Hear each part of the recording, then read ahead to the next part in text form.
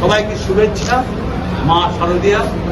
কালীপুজোর পর থেকে ব্লকে ব্লকে গিয়ে জনসভার মাধ্যমে ফের জনসংযোগ ও রাজনৈতিক প্রচার শুরু করবেন অনুব্রত মণ্ডল। তার সাথেই সকলকে সঙ্গে নিয়ে একসাথে জেলা পরিচালনা করা হবে এমনটাও জানান তিনি। কোর কমিটি থাকছে কি উঠিয়ে নেওয়া হচ্ছে সেই বিষয়েও কোনো স্পষ্ট কথা জানাননি। তিনি বলেন, সবাই একসাথে কাজ করব।